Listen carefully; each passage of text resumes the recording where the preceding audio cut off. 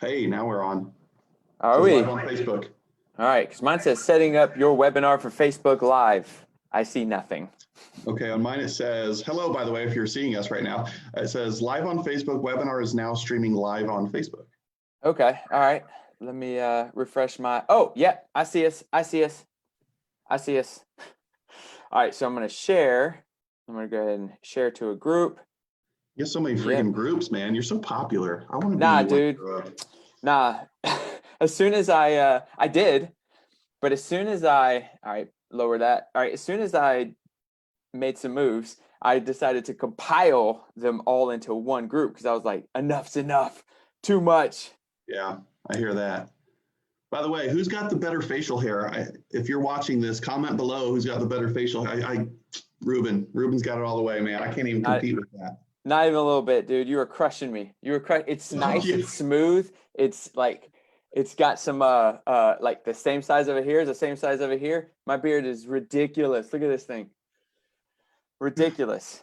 I feel like you should be a mountain man up here in Wisconsin. Maybe we should trade places. I know.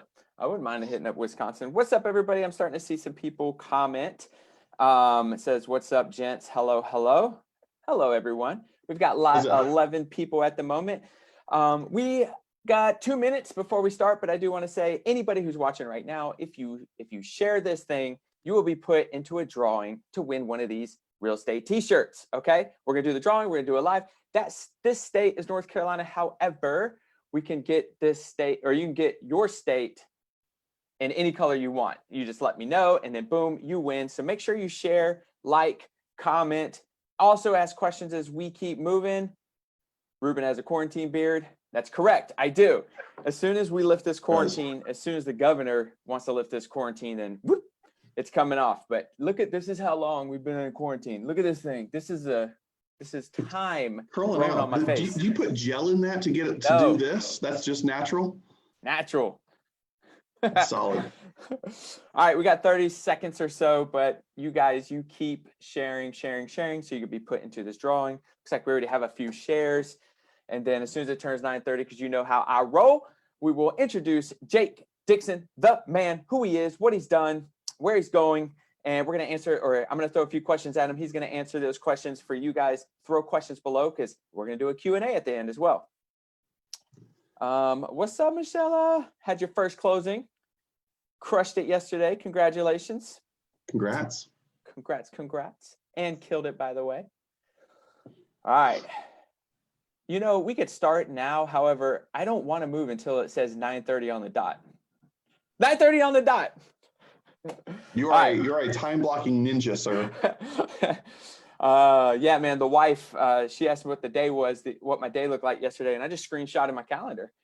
Right, and it's like 30 minutes, 30 minutes, 30 minutes, 30 minutes, all the way down. It's awesome. All right, so it's 9:30. Hello, everyone. Welcome to Be More Training. We are live on Facebook, and I didn't know how to do it better until I knew that I needed to bring on the man, the myth, the CEO founder of the Locker Room Coaching, real estate coaching. I used to work with this guy. I think it's a pleasure that we have him here today. I would say give him a warm welcome. I'm sure you're clapping behind the screen, but everyone welcome Jake Dixon. What's up, brother? What up, man? Thank you so much for having me. And it is always an honor to be graced with your presence. And we're not done yet. We're not done yet doing business with each other. That's for dang sure. Of course. I know that. But if you could, tell everybody who you are, what you do, how you do it, and all that good jazz. Yeah, and then I'll roll into some questions. For sure. So guys, thanks so much for just entertaining with me today. So yeah, who I am, I'm the founder of the Locker Room Real Estate Coaching Organization. And we launched this back about 3 years ago. And what we do is we specialize in helping newer agents, meaning within your first 2 years of the business specifically, or what we refer to as the blue ocean, which is the 97% of NAR, the National Association of Realtors, who claims that 97% of agents sell 24 or fewer homes per year.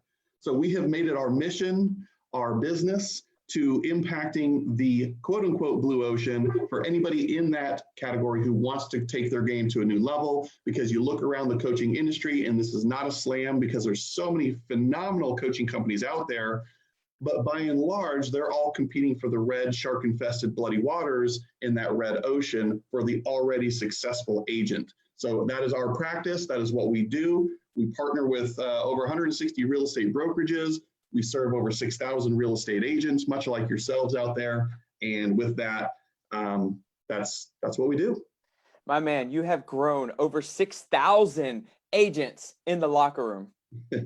Yes, and what is more, to me, what is more impressive is you always got to interrogate the reality of the numbers, right? That collectively, and this was at the 2.5 year mark so this is a little outdated information, so bear with me, but at that time, agents within the locker room, keep in mind, newer, lesser experienced, had closed over 10,000 homes for over $2 billion, that's with a B, $2 billion of sales volume.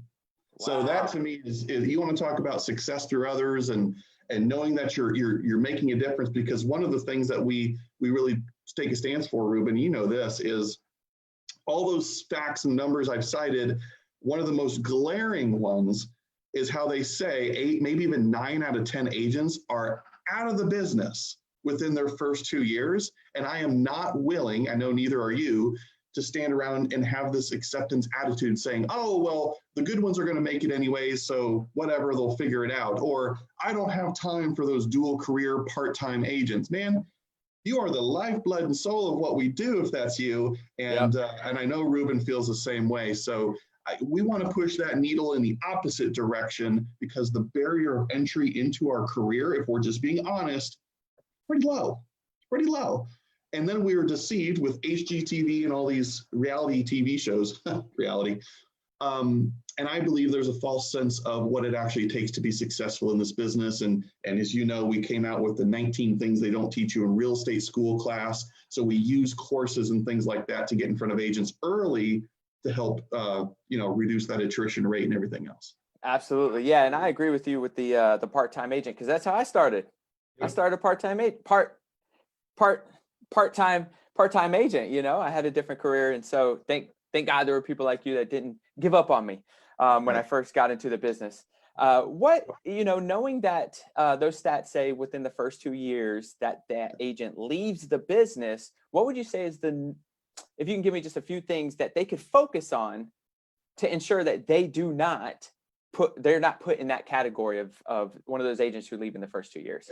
Yeah, man, it's simple, but it's not easy, so to speak, that old cliche kind of thing where having had that unique observation deck where we can see the successes and or failures of 6,000 plus agents, it's actually pretty obvious when you just have that vantage point, you know what I mean? And guys, nothing I say today is probably going to be rocket science to you. And how many times or how many different voices and people do you need to hear it from before it finally sinks in? I don't know about you, but I'm a pretty stubborn dude. So for me, I'm right there with you. It takes a lot. Okay. Yeah. But to give you some practical things or some just quick little opinions of mine would be, number one, the attrition rate and everything else is due to exactly what we just said. Low point of entry, false expectations of what it takes to actually be successful. Because you think about this, most of us grew up in life saying, well, I want to be an astronaut. I want to be a professional sports athlete, and I want to be all these things. And then we get conditioned by hearing the word no so much that as adults, we kind of grow to accept and be complacent, say, you know what, I just want to be comfortable. And we lose this whole dream and childlike faith that we used to have. And so then I think we just accept going to a Monday through Friday, 9-to-5 job where somebody tells us what our time is worth. And again, I'm not knocking employers out there. They're critical to our economy. But a lot of you probably watching this right now have that entrepreneurial spirit to you. So I think it's a safe place for me to say that. And so that's what I find is a lot of people, they get stuck in that rut. And then this entrepreneurial seizure happens where they say, I think I'll go get my real estate license and go fire my boss. Cool. But you better know what the hell you're getting into, because now there is no job description really that's available to you. Nobody's putting you in a box, controlling what you do every day, or else you get fired. For the first time ever, you're in business for yourself. And a lot of people, that's a very rocky time if they don't go into it with the right expectations. So that's number one. Number two, real quick, is they don't know how to manage their money. My buddy Hank says this all the time. For a lot of people, it's not an income problem. Ruben, guys like you and I and many of your viewers here are very good at making or earning money. So it's likely not an income issue for most of us. It's a cash flow problem. We suck at managing money and letting our money work for us. And so that is the second biggest factor, I personally believe, as to why agents get out of the business. Number one, they don't work. They don't show up to work. They don't lead generate and do all the things due to improper expectations.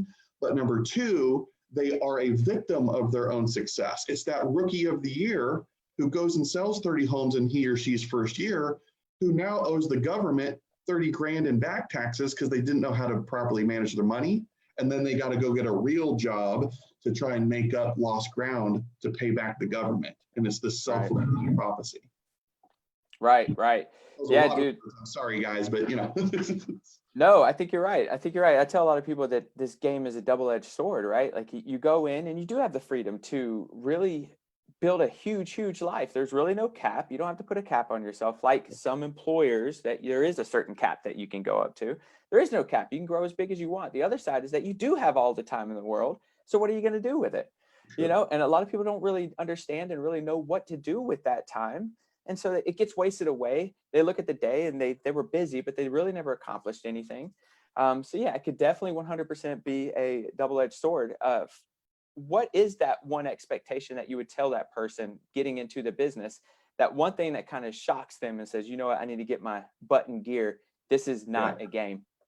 It's relationship generation, man. At the end of the day, it boils down to that. Unless you're a part of a team and the team's dishing out leads to you, which, hey, if that's your thing, cool.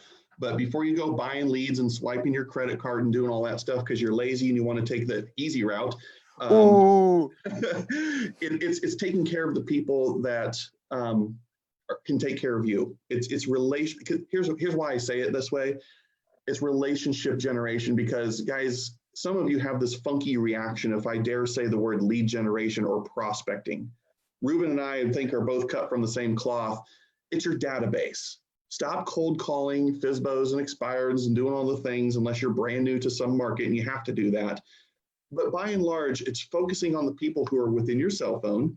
They're on your social media friends lists, even if they're fake and you never have met them in your life. There's still a mutual connection somehow, some way, apparently, because you're friends with them on Facebook, okay? It's starting there and knowing how to be a decent, normal human being who doesn't just approach them when you need something. That's called a booty call.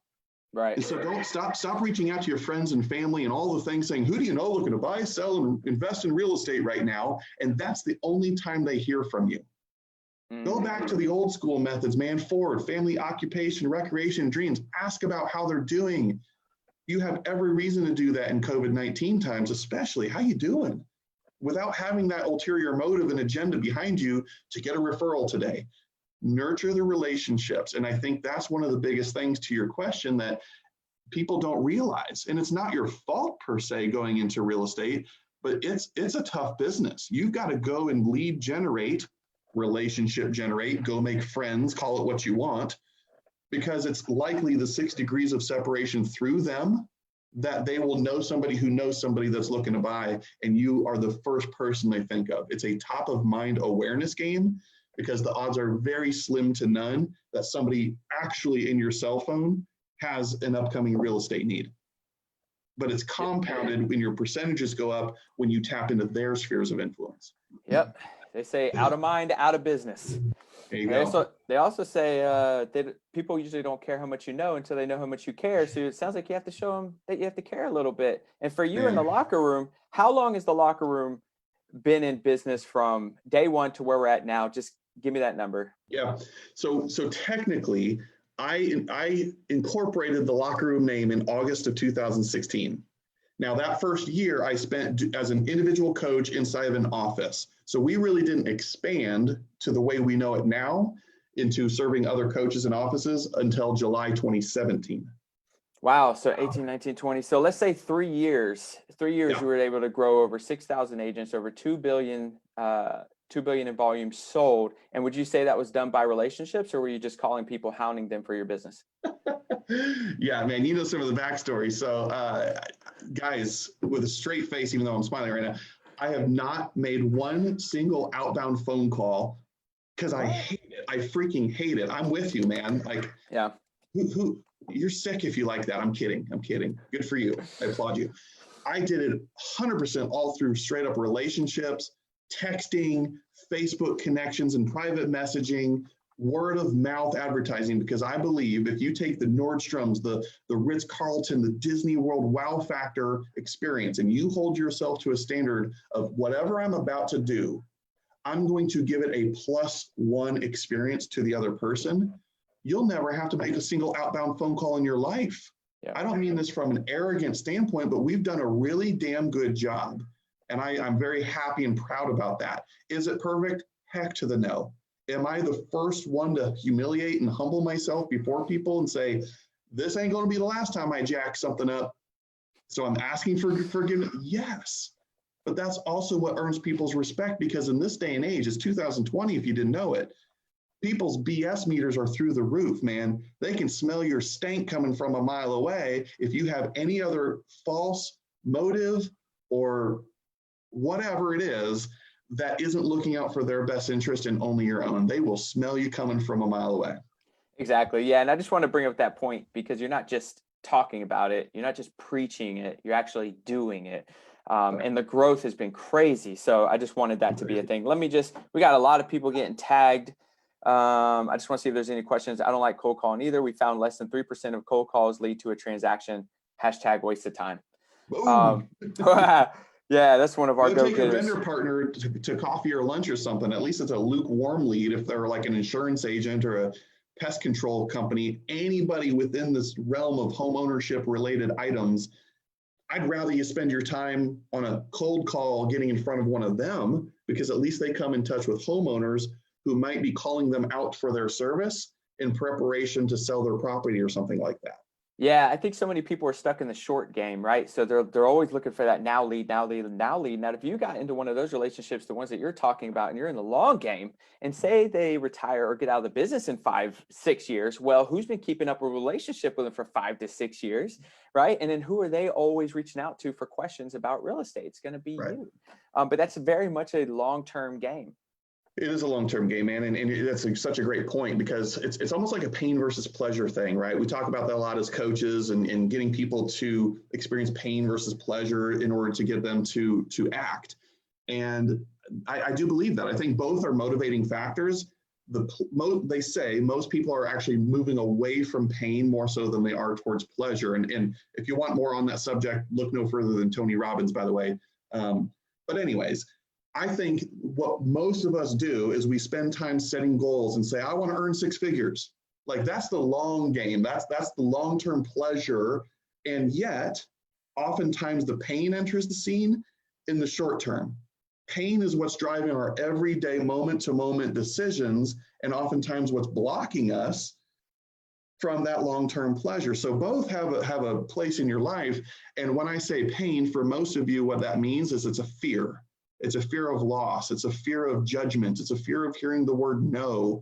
Whatever your fear is, let me tell you, quick little coaching moment from good old Uncle Jake here is going to be, you need to hear this. Some of you need to hear this. Stop pretending as if fear is a bad thing. Fear is good. And you might be saying, what the hell's this guy on? I want what he's got. What's in that cup? All right. No, hear me out. Fear is a good thing. Stop pretending and acting like macho man or whatever over here as if you're not afraid of anything. Yes, you are. And if anything, somebody like Ruben, who probably is considered fearless, he's got a fear of mediocrity. He's scared to death of living a mediocre life because he knows he's meant to be on this earth to serve and make an impact. It's still a fear. So whatever you're fearful of, all of us as humans have it. But here's the deal. Think back to caveman days, the Neanderthals. When they step out of that cave, man, and they hear something wrestle around in those bushes over there, they want to know, what the frick is it? And is it going to eat me, or am I going to eat it? It's the fight or flight mechanism, right? It's just inherent in all of us. So that fear that has somebody say, whoa, what is that? Or what's going on here? Let me survey the situation, is meant to protect you. Fear is a mechanism to protect you. Stop avoiding it. Stop pretending that it's not there. You need to face it head on and say, hello, fear. My name is Jake. I see you. I appreciate you. And here's the internal dialogue. I appreciate you looking out for me. I really do. by protecting me from hearing that scary word called no. But here's the deal, Mr. Fear, I'll be okay.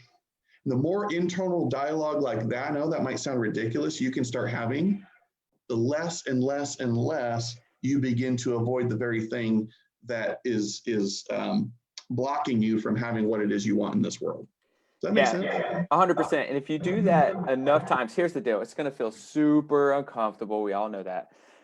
What you'll start to see is that it becomes an indicator for you to move to the next step in your life. As soon as you start getting feared, as soon as you start getting stressed, you start to identify it as, here's the indicator, move forward.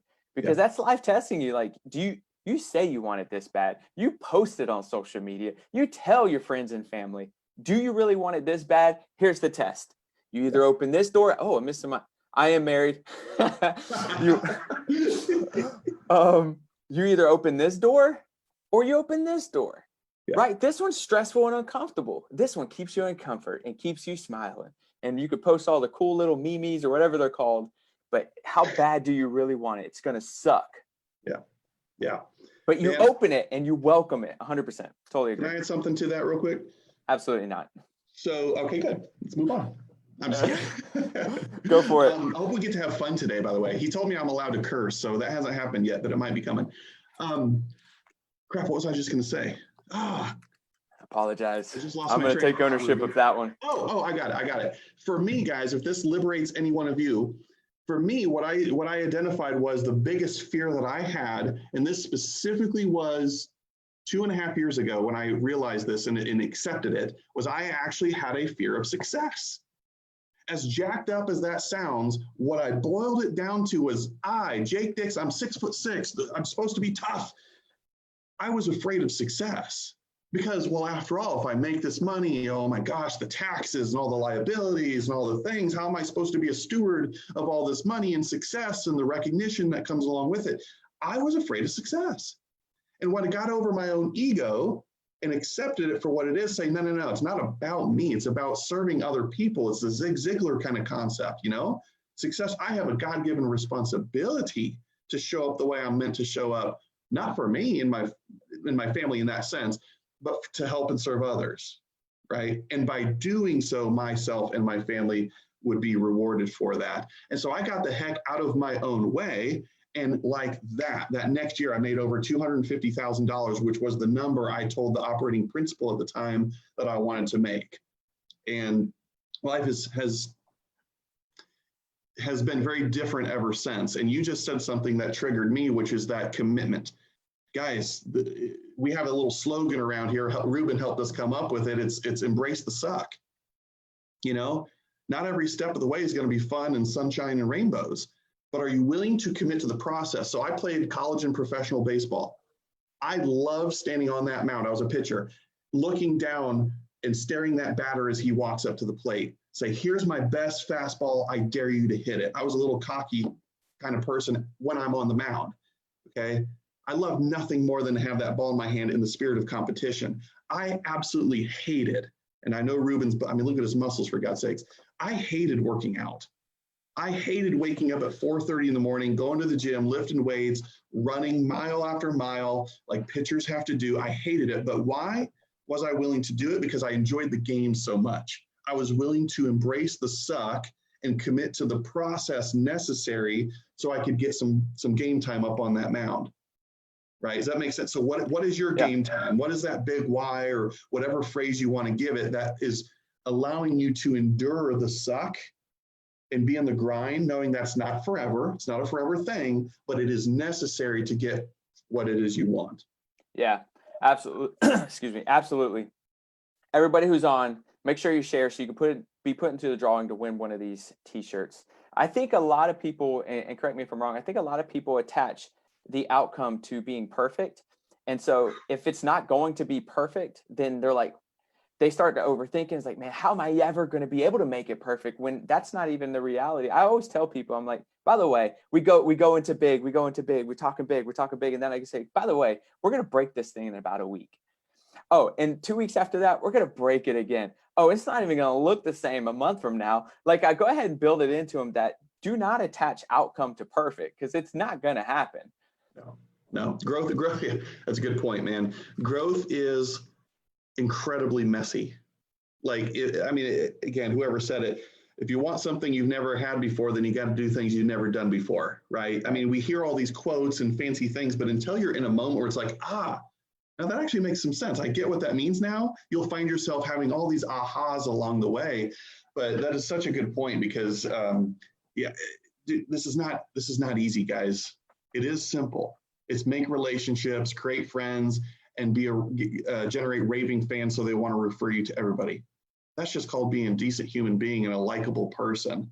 But the process, the grind that they don't see behind the scenes, especially when you're a dual career agent or you've got kids at home and nobody sees the real you, you're supposed to put on this front on social media like you got all your stuff together. I'm here to tell you, within reason, people dig the transparency and the authenticity. That is sexy these days. So you don't have to fake it till you make it. I cannot stand that phrase. Absolutely. All right, I'm going to roll into a few questions that came in this morning from my brain. Number one, when making a PB&J, do you put the peanut butter on first or the jelly first? Oh, my screen just, you got me? My screen just went funky. Yeah, I do. And I asked a ridiculous question, which is probably why Zoom blocked that out. Yeah. I went straight into a quick question, just a quick funny, and then I'm going to move on to the real serious stuff. When making a PB&J, do you put the peanut butter on first or the jelly? Ooh, I put the peanut butter on first. Most people do. Okay, good. Is that you? Peanut butter all day. Okay. Yeah. Right. But then, hang on now. This is important stuff. But then what do? Do you lick the knife? Do you get a different knife? Because when you go from peanut butter into the jelly, now you got a whole mess of what you got? You got a tip for me? I see it. Well, peanut butter is only in our house for PB&J. So if it's mixed, it's all good in the hood. But I will say, I use a plastic knife. And that way, if I don't feel like washing it off at the moment, recycle. You are so resourceful, Rube. I mean, what a great coaching moment right there. Next time you make a PB&J, think about that. All right, so here's a question. What do you find to be the biggest time suck and how can they avoid it? The biggest time suck and how can they avoid it? Boy, that's a very situational question. Let me take that on is if you're an agent out there and you're doing business, is that fair? Like you're doing some deals. Yes. You know where I'm going with that? Okay. So what we see oftentimes, it's the real estate roller coaster ride. What most people spend a majority of their time doing once you've got deals going on is servicing the existing business. And you're doing right. You're supposed to service the existing business, obviously. And yet there's a lot of wisdom out there which says current business should never take priority over future business. And it's not, don't mishear that, okay? It's not saying don't give them a Disney World +1 wow factor experience. Hell yeah, get it to close, okay? But I believe we live in a world of yes and, not either or, okay? So think abundantly. Stop using time as your lazy excuse as if you don't have enough time and yet you have time to scroll your feed, turn on the news and do your thing at night. Come on now. Most people stop doing the very activities that led to them getting the business in the first place. And that is why, Ruben, you see this as well as I do, every 90 to 120 days, they're riding that real estate roller coaster because when they're in the bottom, they're doing all the groundwork. They're planting seeds to reap the harvest. And then 90 days later, ho, I've got 5 closings this month, woo! And then they stop, not even just a little bit. Most of them just stop the things they were doing 90 days ago. And so I'm here to tell you it is possible to run a consistent real estate business. Ruben, you mentioned it earlier. After we sit down with one of you and say, all right, what are your goals? What do you want to achieve in this next year, 5 years, whatever? Think big, right? From there, we think small and we think consistent. It is not impressive to me for you to be a one-hit wonder who blows it up one year and then you wake up on January 1st saying, how in the hell am I going to do that again? Because you have no clue, you documented nothing, you have systems built around nothing. Consistent action with time on task over time, you will win the game. 100%. So with you see just the time suck, they get trapped into more busy work versus the consistency work? Yeah, man. Here, let me say that differently. Sorry, I'm long-winded answer to your question. You're good. So here's when I used to be in network marketing. Okay, say what you want. So when I was in network marketing, I learned a ton, and this is what they warned everybody about. There's a difference between productivity mode and management mode. What happens is a lot of people get out of productivity mode and they fall into management mode where they still feel incredibly busy. They can argue that I'm doing income generating activities because it's attached to the money. But just don't let yourself slip into management mode and you hallucinate thinking that you're actually in productivity mode when that's not the case. You need friends, accountability partner, a coach like Ruben to say, actually, man, I can see the forest from the trees. And I know you're working 14-hour days and all that, but what have you done today that's going to serve you in 90 days? You took your eye off the ball. And there's a lot of case studies I could reference on stories like that. And again, that's our perspective because we're not in the day-to-day as in your business. The coach, we can look up and scan the horizon where every day your head's just down with the blinders on. Right. So what do you tell the person who says that they're too busy to focus on that incoming activity? That they've got too many deals, they've got, and you know, these are real things, right? They got a lot of deals, they have kids at home, whatever. What do you tell that person? Well, I don't tell them, I ask, you know, are you okay with this? Okay, I'm not in the business of telling people what they should do. I'm going to help them self-discover because if they're cool with it and they accept it, that's fine. That's fine as long as you're getting what you want to out of this. But you can say, I didn't warn you and we didn't explore options of leverage. But so first thing I would do is ask, like, do you have awareness that this is what's going on and are you okay with it? If they say, oh my gosh, no, I didn't, then it's time to explore all avenues. Saying leverage comes typically in three forms: people, tools, and technology. So what one of those three might we need to implement now so it makes you superhuman? Because systems make the ordinary person extraordinary. Mm-hmm. And so before you rush to the idea of having to hire somebody, which we see a lot of teams do, well, oh my gosh, I got to go hire a full-time or part-time admin. I've never experienced this before. I'm freaking out. Calm down. Jim Rohn told us about this. Don't wish it were easier, wish you were better. Mm-hmm. This is a growth moment for you. Growth is messy. We've already said that today. Obviously, odds are you are lacking a system that's more efficient so you can be more effective. I am not a guy, I'm not a hater of teams, but a lot of you watching this right now have zero business starting a team. You're going to hurt someone else and you're going to hurt yourself. Knock it off, okay? You don't need to start a freaking team. It's not for everybody. There's nothing wrong with you doing 24 to 36 units a year, making net 6 figures and living a great life. What if you did that for 10 consecutive years, man? I'm talking net 6 figures. That's netting over $1 million.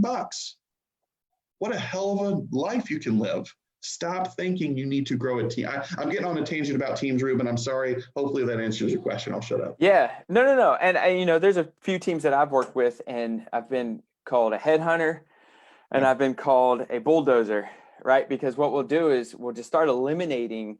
It's so heavy. It's so robust with not a lot of stuff coming out of the other side of it. So we really have to start breaking down things and bringing it back down to the surface of just systems, the tools, and who, which might be this many people versus this many people. But the systems and tools is something we're really focusing on. Thank you. This is the time if somebody's in that space right now to get realigned. This is why you do things like the mission, vision, values exercise or whatever. Go back to what do you want? Why do you want it? Money and things, the success makes people go cuckoo sometimes. You start chasing this false idol and it makes you completely out of alignment with what you said you wanted: freedom, flexibility, and financial wealth.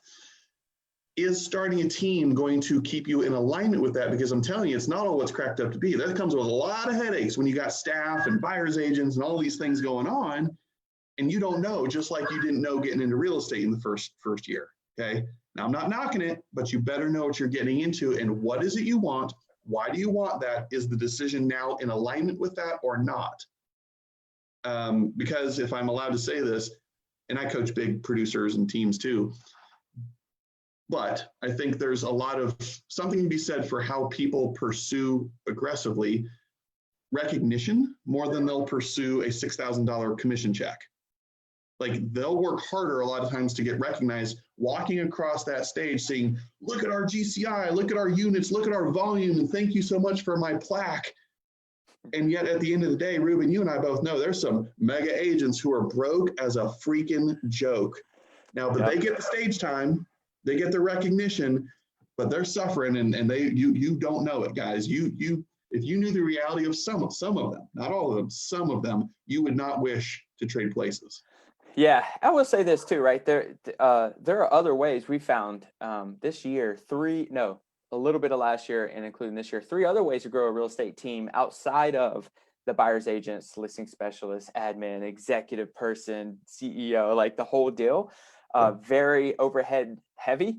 There are other ways. So you have to identify who you are and what kind of responsibilities. And you're right. You got to run it through that filter. What's my vision? What did I say I wanted to be in this thing? And as soon as you do, you can get creative on building the team. And there are teams out there where you do not have to take on all the liability and overhead. Because like Jake said, there is a ton of overhead and liability. I mean, 6 figures a month in just salaries alone.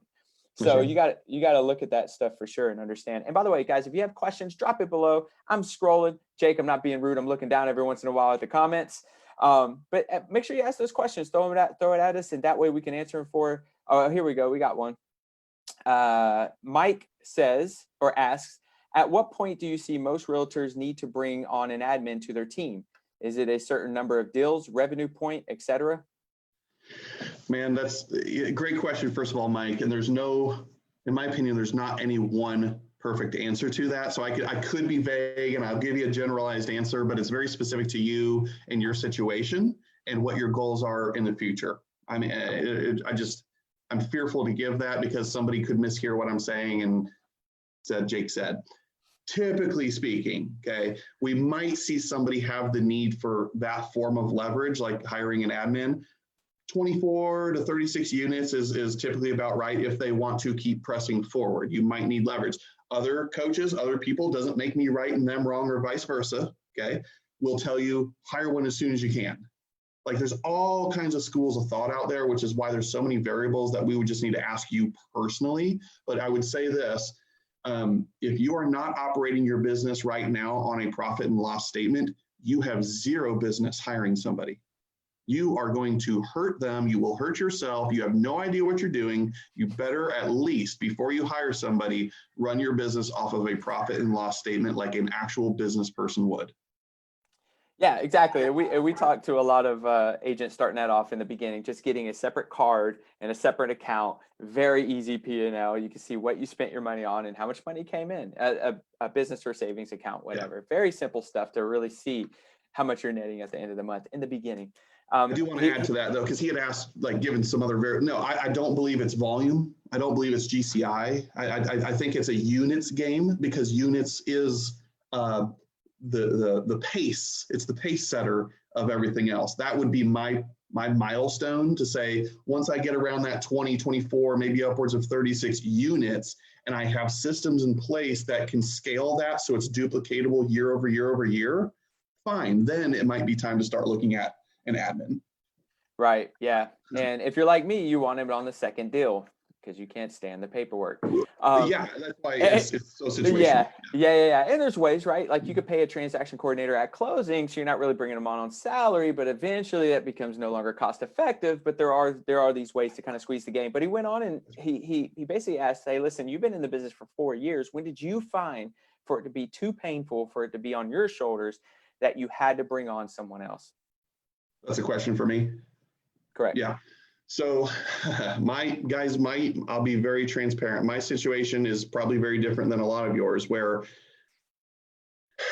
I have an amazing wife who's incredibly talented, and she has helped me. She actually deserves I'm the vision guy. She's the implementer person, right? So I didn't have to go hire an admin like I otherwise would have had because I had my wife, my partner in crime, who is just, a wizard on the computer and doing other things for that scalability. So it's not a perfect answer, but I don't want to give you some BS thing either, because I can only speak to my experience on that. Right. Now, I have brought on other coaches. I have 2 other staff members. And it's just, again, same thing. We look at it like a business person would. What is my time worth? I know I'm worth $280 an hour. So if I find myself or whatever my wife's time is worth to be sucked into a different direction, then it's just a switch cost, basically like, why am I doing $10 an hour type work when I'm supposed to be over here doing $280 an hour work? And then it's just math. You remove the emotion from the equation. It's just math. But at the end of the day, and Ruben, I know you agree, it will always, always, always, always come down to the who. Most of us did not take training or have real world life experience for hiring and firing people. That is a learned thing, not a textbook. And so that's the challenge, man. When you find the right person, it will change your life, which is why I do support that form of leverage. I just see a lot of people rush into it and they make hires out of desperation and maybe hired a C player instead of holding out long enough to hire an A player. Yeah, exactly. And audit the conversations around you and see where you're getting the information from, and have they grown a team, and, have they been successful in hiring, and, just be careful with what you're hearing as well. And I'll say, for the $10 per hour person that could be a game changer for the business, it's not somebody that necessarily wants to be seen in the light with a cape, and that they're just going to show up and be like, that's the talent that I've been looking for. They love the $10 an hour work. They don't want any position on the sales side and in front of people. So don't think that this person's going to come from above, land in front of you with, huge and like, I'm the helper, It could be someone very silent, but obviously watching them and bringing them into the business. Don't think that because he says $10 an hour, it's a stab at them. They love that position and they kill that position, and they would not want to switch the position with you any day in their life. I am not being condescending or downplaying that. I mean, I love on my people, like, their work is why we are successful. I take no credit for that. Correct. So it's not a slam at like $10 an hour work. Oh, that's below me. That is not my attitude towards that at all. In fact, I give them more praise, more recognition, because they're dealing with all the stuff, Yes. Yeah. Back when I used to run team meetings, I would always thank the admin first in the beginning, because this whole thing would fall apart. How much mess do we make? Right. Don't even look behind you. You've created a mess. It's usually those rock stars that are cleaning it up and making the system way, way better. All right. So I've got like 12 questions. I've asked 2. I'm going to maybe ask you another question. Let's see. All right. So what are some of the KPIs or key performance indicators? What are some of the KPIs that you see to be some of the best ways to know if you're leading your team correctly?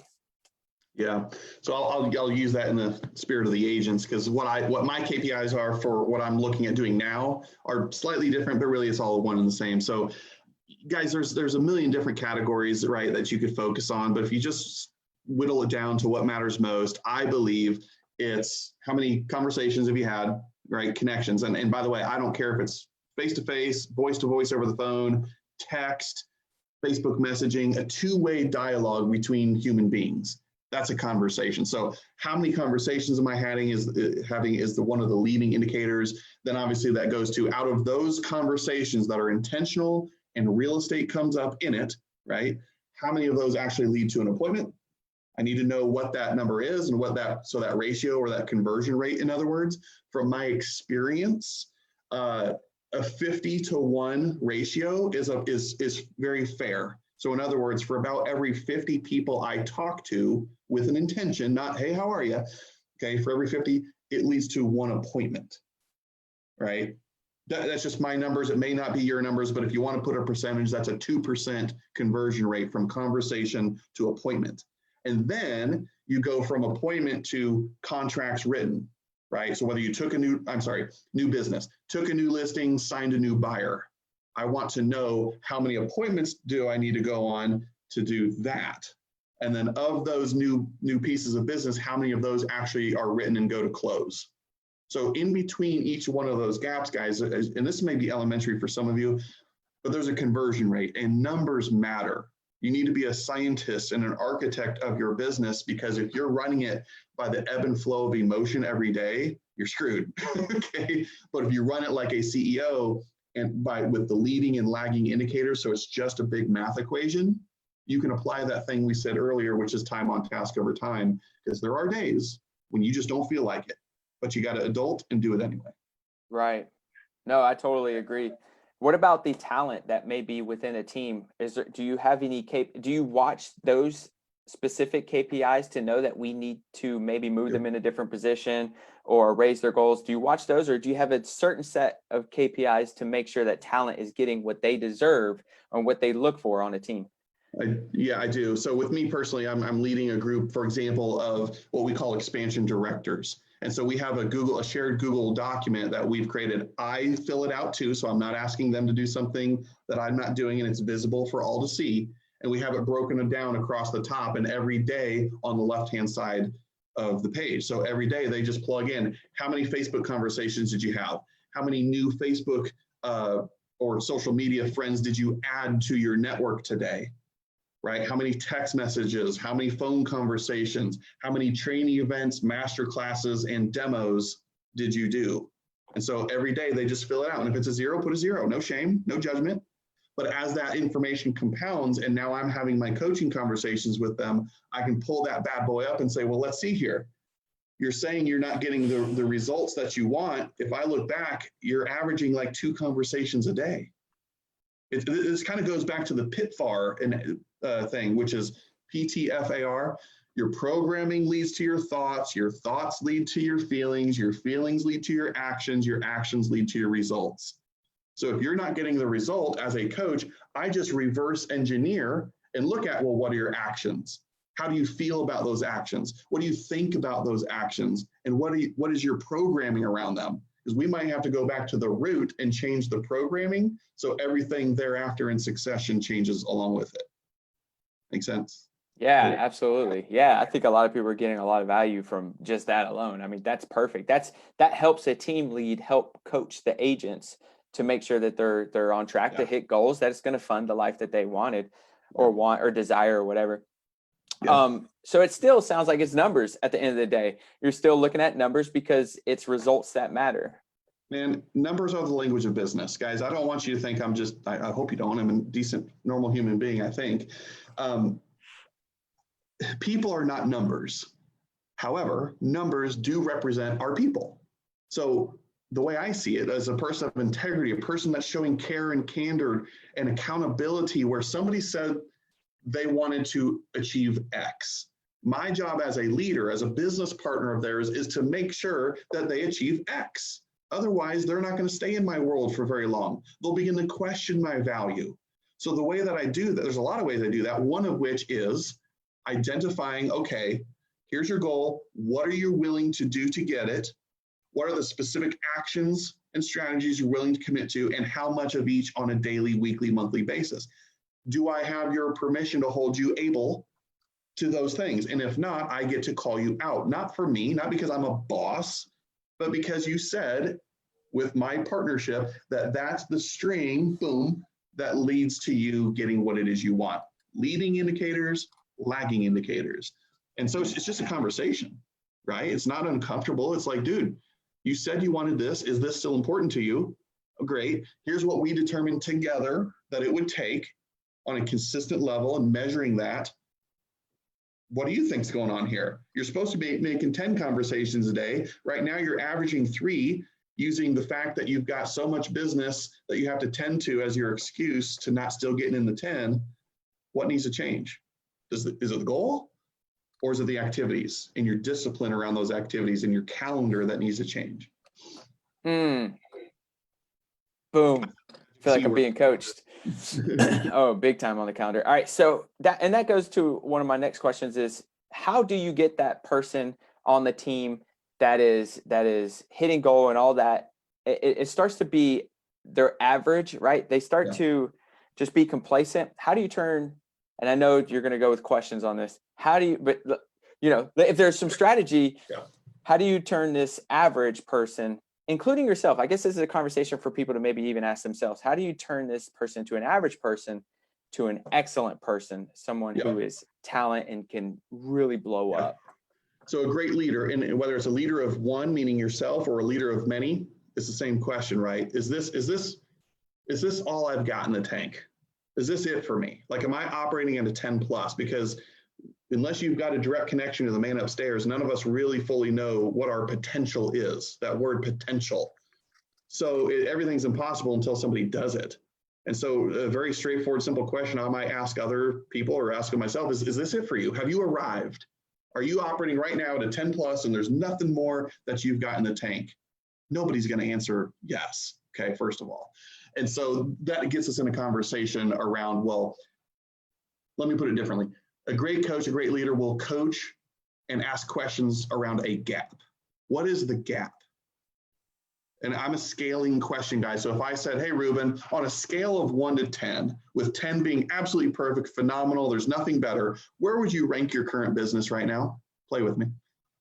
And so something I usually say right there is I say you can't choose 5 because some people choose 5. All right, but I'll say 6. 6, okay. How do you define a 6? What does that mean to you? That means I'm doing, really good. It looks like I'm going to hit goal this month. Maybe I could do a little bit more, but I just don't want to harm my family life. Okay. So you don't want to harm your family life, but you're coasting, you're doing fairly well, it sounds like right now.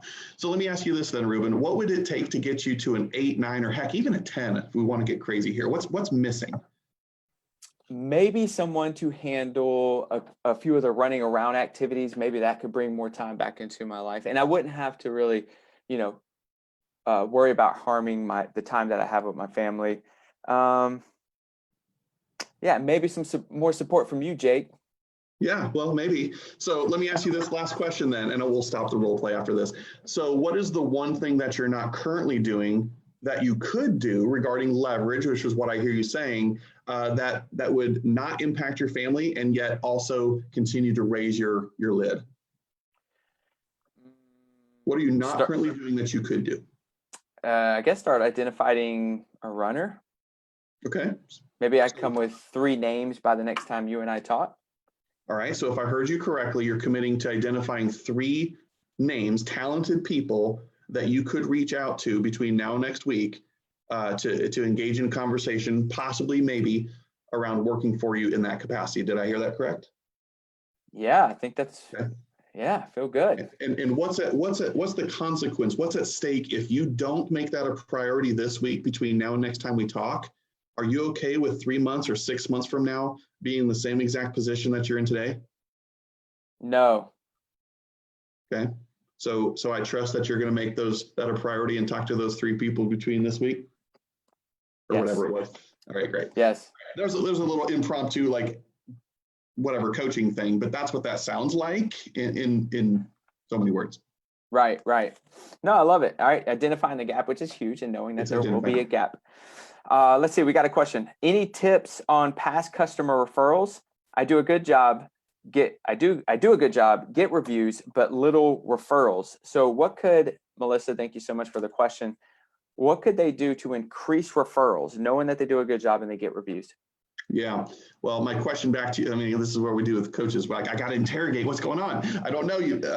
So I would just first ask, are you deserving of them? Are you earning them? First thing I would encourage you to do is remove past from your vocabulary. They are clients of yours.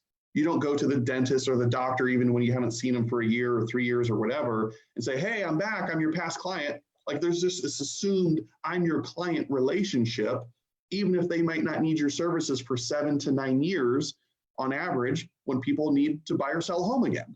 So they are a client. Remove the word past. I know it's language. But I would also ask you then interrogate, well, what is your post-sale follow-up program look like? Your client experience campaign? Are you reaching out to them? If so, what does that look like and how often? Are you doing client appreciation parties? Are you doing pop buys? How are you staying top of mind to them so you earn the referral, earn the vote, so to speak, in this political season versus just assuming and taking it for granted? Well, duh, I was awesome. I got them a great deal. Naturally, they're going to refer me or use me again. Not so fast.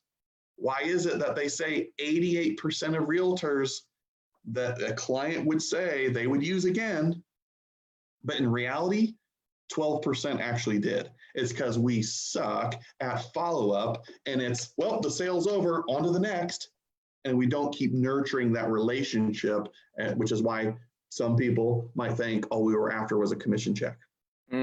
Yeah, correct. And I love, and I dig the people in my database. So we've gotten really good at building a systematic conversation with them, because I love their opinions, and I love the referrals, and I just love them.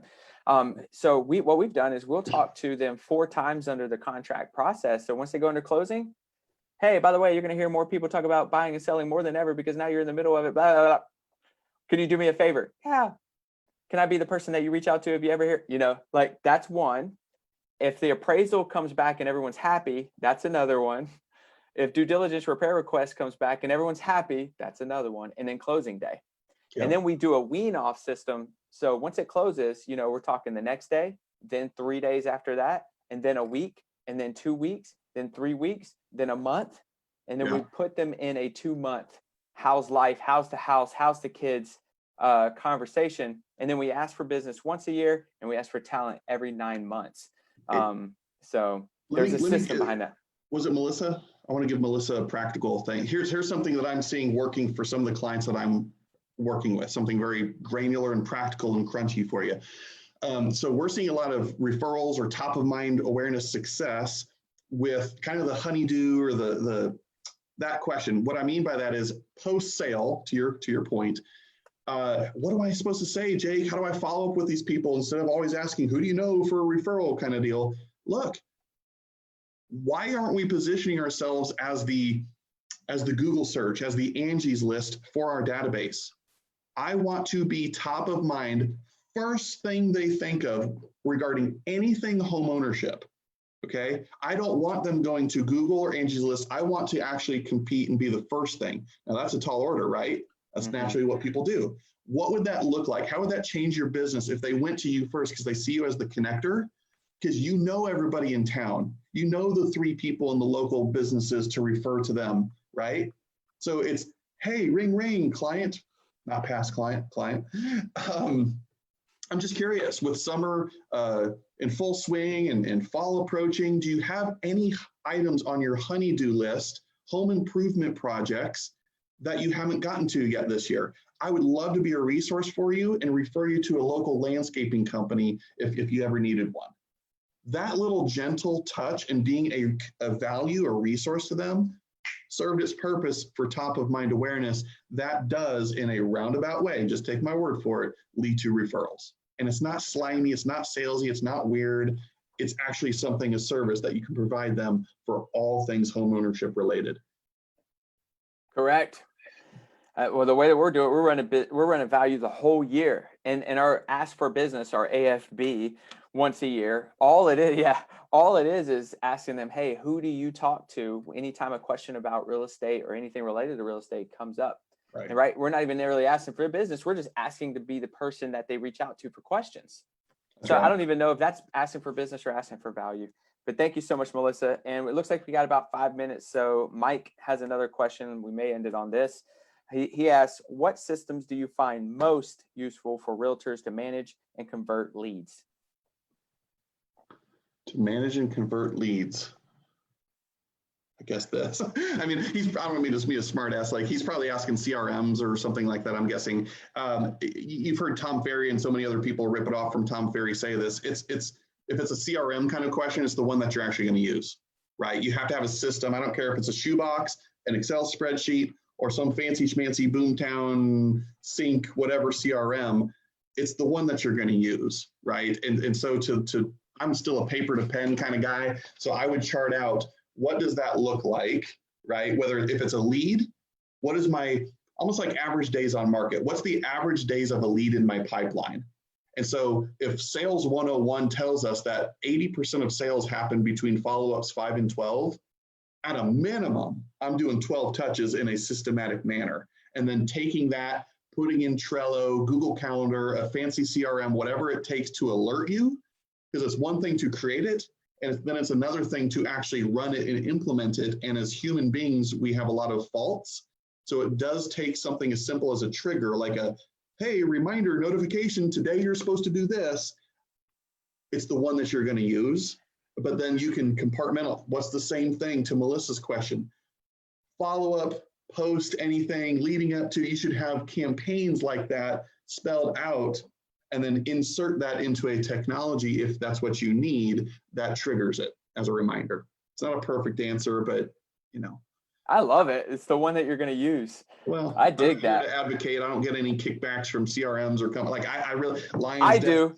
So go to Lion Desk. I'll drop the link later. But no, it's the one that you're going to use, right? And I totally dig that. Let me just see if there's one more question, and if not, I'm going to ask you one question with 3 minutes to go. I don't want to take anyone else's spot though.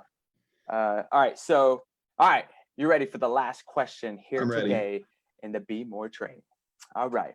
Purchase of less than $100 that have most impacted your life. Wow. What's the purchase of $100 and less that has most impacted Jake's life? Is it a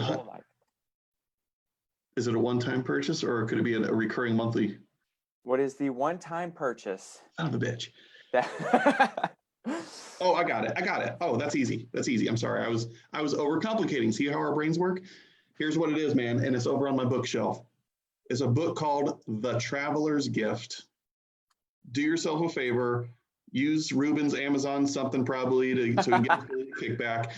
Go purchase The Traveler's Gift. And in fact, for those of you overachievers, might I dare say, in my humble opinion, it is phenomenal on audio.